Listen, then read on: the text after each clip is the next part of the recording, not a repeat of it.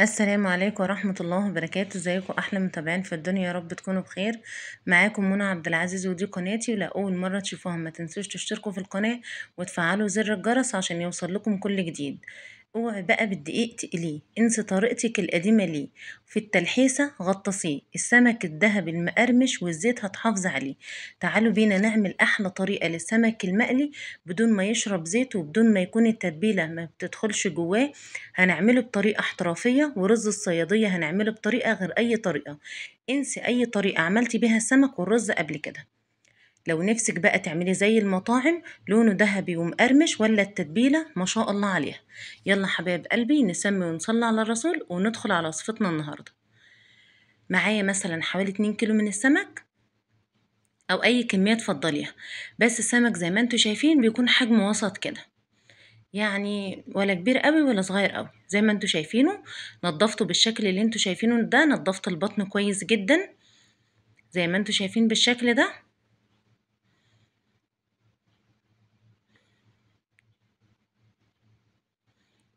وهنبدأ بعد كده نعمل فيه فتحات، انا بوريكم هو متنضف ازاي من جوه، كله نضيف بالشكل اللي انتوا شايفينه ده. هنبدأ نعمل فيه فتحات، ممكن تعملوا فتحات طولية بالشكل اللي انا عاملاه ده، عشان طبعا التتبيلة تدخل جوه السمك. بعمل الفتحات دي عشان التتبيلة تدخل جوه السمك وتتغلغل جواه كويس قوي، ويكون كله متحدق بطريقة كويسة.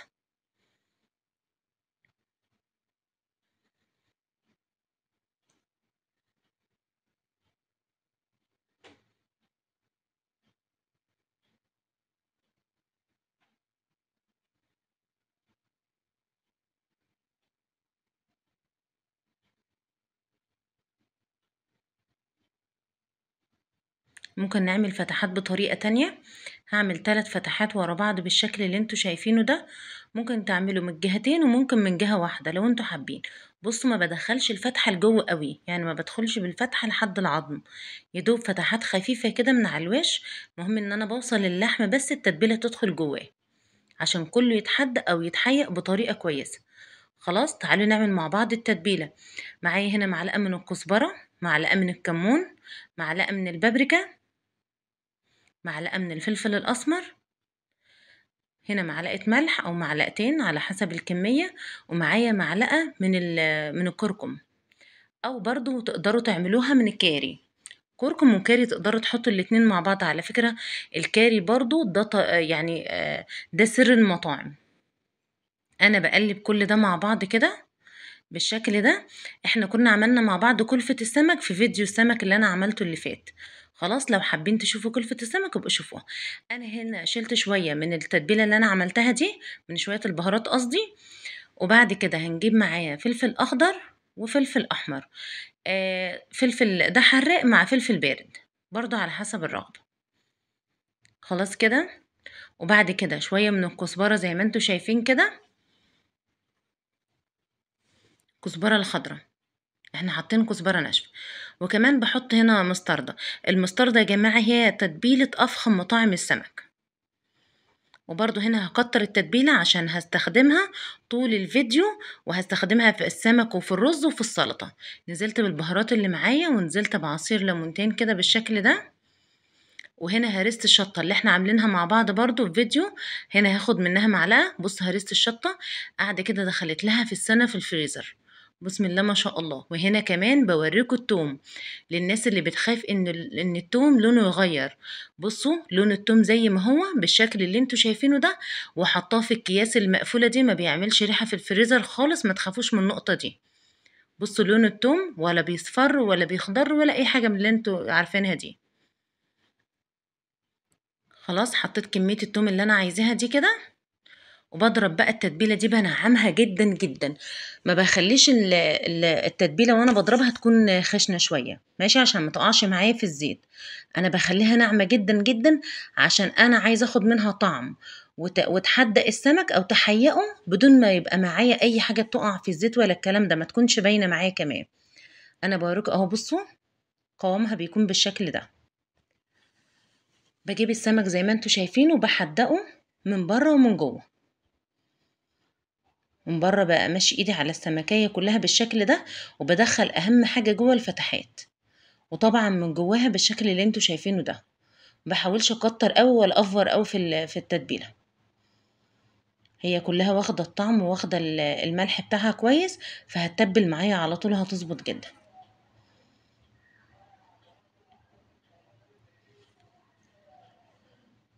طبعا بالتتبيله بوصل لحد راس السمكه من فوق عشان تكون كلها متحيقه معايا ومتبله كويس جدا. خلاص انا بسيبه بقى بعد ما بعمله كده، بسيبه في التتبيله دي خلال ساعه او ساعتين. انا بوريكم ان الخلطه اتبقى منها شويه لسه موجودين في الكبه، وانا بعد كده حطيت السمك في مصفى. مهم جدا احطه في مصفى عشان اي نقط ميه تنزل بعيد عنها. هنا معايا كوبايتين من الدقيق، نزلت عليهم ب3 معالق من النشا زي ما انتم شايفين بالشكل ده. كوبايتين الدقيق دول حركه نص كيلو. ونزلت بقى شويه من البهارات اللي معايا، بقلب زي ما انتم شايفين بالشكل ده. زي ما قلت لكم، البهارات كزبره وكمون وبابريكا وفلفل اسمر وشويه من الكاري، شويه من الكركم. وممكن على فكره لو عندكم حبهان مطحون. انا كده بقول لكم على كلفه السمك. خلاص بنقلب كل المكونات دي كلها مع بعض ونقدر نحطها في برطمان. منين ما نيجي نحيق السمك ناخد معلقه، نعمل الدقيق ناخد معلقه. بقسم كميه الدقيق دي يعني تلت وتلتين. خلاص التلت هو اللي هحط فيه السمك في البداية، والتلتين اللي انا هحط فيهم المية. هنا نزلت شوية كركم على التلت التاني. تمام. وبعد كده بقى بنزل بشوية مية زي ما انتوا شايفين بالشكل ده. هبدأ أعجن فيها لحد ما العجينة تكون سايلة معايا زي عجينة الكريب أو زي عجينة الزلابية كده. هوريكم القوام دلوقتي. بس طبعا أنا بحط شوية مية صغيرين في الأول عشان ما تكتلش معايا، وبعد كده ببدأ أزود شوية بشوية.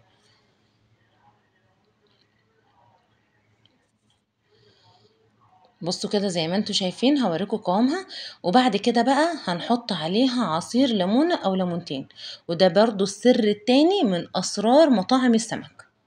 خلاص بيخلي التلحيسة، هي دي التلحيسة بتاعت السمك، بيخلي التلحيسة تحفة جدا. تعالوا بقى نعمل الرز بقى لحد ما السمك يتبل معانا ويتحيق براحته. معايا شويه زيت زي ما انتوا شايفين، الكميه اللي انتوا شايفينها دي لازم تكون كميه الزيت تكون كويسه شويه. وبعد كده بنزل عليها بقى بشويه بصل محترمين كده، بصلتين 3 كبار كده. برضو هنا بكتر البصل شويه. بفضل اقلب في البصل لحد ما بياخد لون معايا شويه، لون خفيف يعني كرمله بسيطه جدا. يبقى لونه مثلا شفاف كده، يوصل معايا للون الشفاف.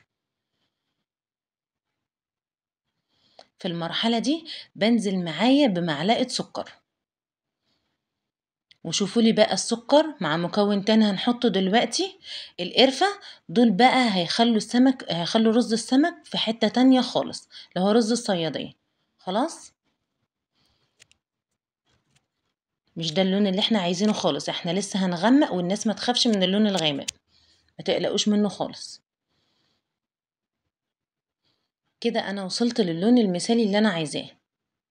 خلاص هبدأ في المرحلة دي اخد معلقة من التتبيلة بتاعة السمك، ودي زي ما قلت لكم بتبقى سر حلو قوي قوي في الرز الصيادية، هتدوقوا طعم خطير. وهنا اديت لها رشة قرفة زي ما انتم شايفين، رشة خفيفة جدا. خلاص هنا بقى نزلت بالمية المغلية من الكاتل كده زي ما انتم شايفين، هتغلي معايا في ثانية. هبدأ انزل بالرز، بس انا طبعا بنزل بالمية المغلية الاول على البصلة عشان اخد لون البصل كله وطعم البصل كله. انا ممكن يعني اقف على الحركة دي واحط الرز على طول. بس لو انتوا مثلا عاملين البصل صغير جدا جدا، في ناس بتعمله صغير قوي بس بياخد معاها وقت لحد ما بياخد لون، بياخد وقت طويل جدا. انا بخلي البصله تكون كبيره وبحمرها عادي، وفي الاخر بروح جايه مدياها ضربه بالهاند بلندر زي ما انتوا شايفين بالشكل ده، عشان اللون يبقى معايا باللون اللي انتوا شايفينه ده. ولما احط الرز البصل ما يبقاش باين في حتت وحتت، لا. فهمتوني؟ خلاص كده انا قلبت الرز وسبته هيغلي بقى، وهبدأ اوطي عليه. وتعالوا بقى نعمل السمك مع بعض. هنا بقى عشان نقليه حطيته في الدقيق، ببطنه من جوه ببطنه من بره كويس قوي، وبحطه كله فوق بعضه. تاني ببطن السمكة من بره ومن جوه زي ما انتوا شايفين بالشكل ده لحد الراس من فوق. اهم حاجة بطن كويس قوي. زي ما انتوا واخدين بالكم بتحسوا ان التتبيله مش باينه من جوه خالص، لان التتبيله انا منعماها جدا جدا، فمش هتلاقوا بقى ولا فلفل بيتقطع بيقع منكم الكلام ده. انا لما بحط كل السمك فوق بعضه السمك بيعرق زي ما انتوا شايفين بالشكل ده. انا عايزه اوصل لمرحله ان السمك يتعرق فوق بعضه كده، يعني تشيلوا السمكيه تحسوا ان هي متعرقه كده زي ما يكون عليها ميه. وبعد كده بنزل بقى بالسمكيه في التلحيسه بالشكل اللي انتوا شايفينه ده.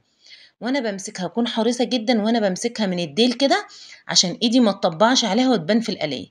وطبعا بدخل بالتلحيسه جوه السمكه من جوه. خلاص الزيت سخن معايا، نزلت فيه بقشر الليمون. طبعا ما بنرميش قشر الليمون، بنستخدمه في القليه، برميه في القليه عشان ما يعملش ريحه السمك او في الشقه. خلاص. وانا بنزل بالسمكيه بكون حريصه جدا وانا نازله ان ايدي فاتحه بطن السمكيه عشان الزيت وهو بيغلي يدخل جوه بطن السمكيه، يكون السمكيه من بطنها ومن براها تكون مقليه كويس جدا جدا زي المطاعم بالظبط. زي ما انتوا شايفين انا طلعت بالسمك باللون اللي انتوا شايفينه ده. بصوا لون السمك. تاني هحط السمكية في التلحيسة وبعد كده هحطها في الزيت بالشكل اللي انتوا شايفينه. بصوا بفتح بطنها بدخل الزيت جواها، وطبعا لو الزيت قليل شوية بالمعلقة معايا وبحاول اطلع الزيت اللي بيغلي ده فوق السمكية نفسها. طبعا ما بقلبش السمكية غير لما اكون بتأكد ان هي شدت حيلها او اتقلت كويس جدا عشان ما تتهريش مني. تاني هنا هحط سمكية لوحدها. بصوا وانا حطاها بحاول افتح البطن بحيث ان الزيت المغلي يدخل جوه السمكية من جوه ويتقلي بطنها زي من بره زي من جوه. وطبعا معايا شبكة لازم احطهم على شبكة وتصفي الزيت بتاعها زي ما انتوا شايفين منقط على الرخامة كده. بتصفي كل الزيت، بحطها في الجهتين لحد ما تصفي الزيت بتاعها خالص وتطلع مصفية بالشكل اللي انتوا شايفينه ده. بصوا لون السمك اللهم بارك، ولا طعمه هيبقى خطير جدا، وكمان هيبقى مقرمش من جوه ومن بره، وفي نفس الوقت اللحم بتاعه طري من جوه. كمان بطن السمكية هيبقى حلو جدا جدا مقلي معاكم ومفيش اي حاجة. وزي ما انتوا شفتوا الزيت في اخر القلي كده، انتوا شايفين الزيت بنفسكم، لا الزيت متبهدل ولا اي حاجة خالص. وكمان السمك مش هيشرب معاكم الزيت، والزيت كمان مش هيتحرق خالص اطلاقا. هقدر استخدمه مرة تانية بإذن الله. زي ما انتوا شايفين بصوا انا بوريكم بطن السمكية من جوه مقلية زي ما بتجيبوها من المطاعم من بره بالظبط. وبصوا السمك اللحم بتاعه طري وهو مقرمش من بره، والبطن كمان مقرمشة. تقدروا تاكلوها بشكل تحفة جدا، هتعجبكم قوي.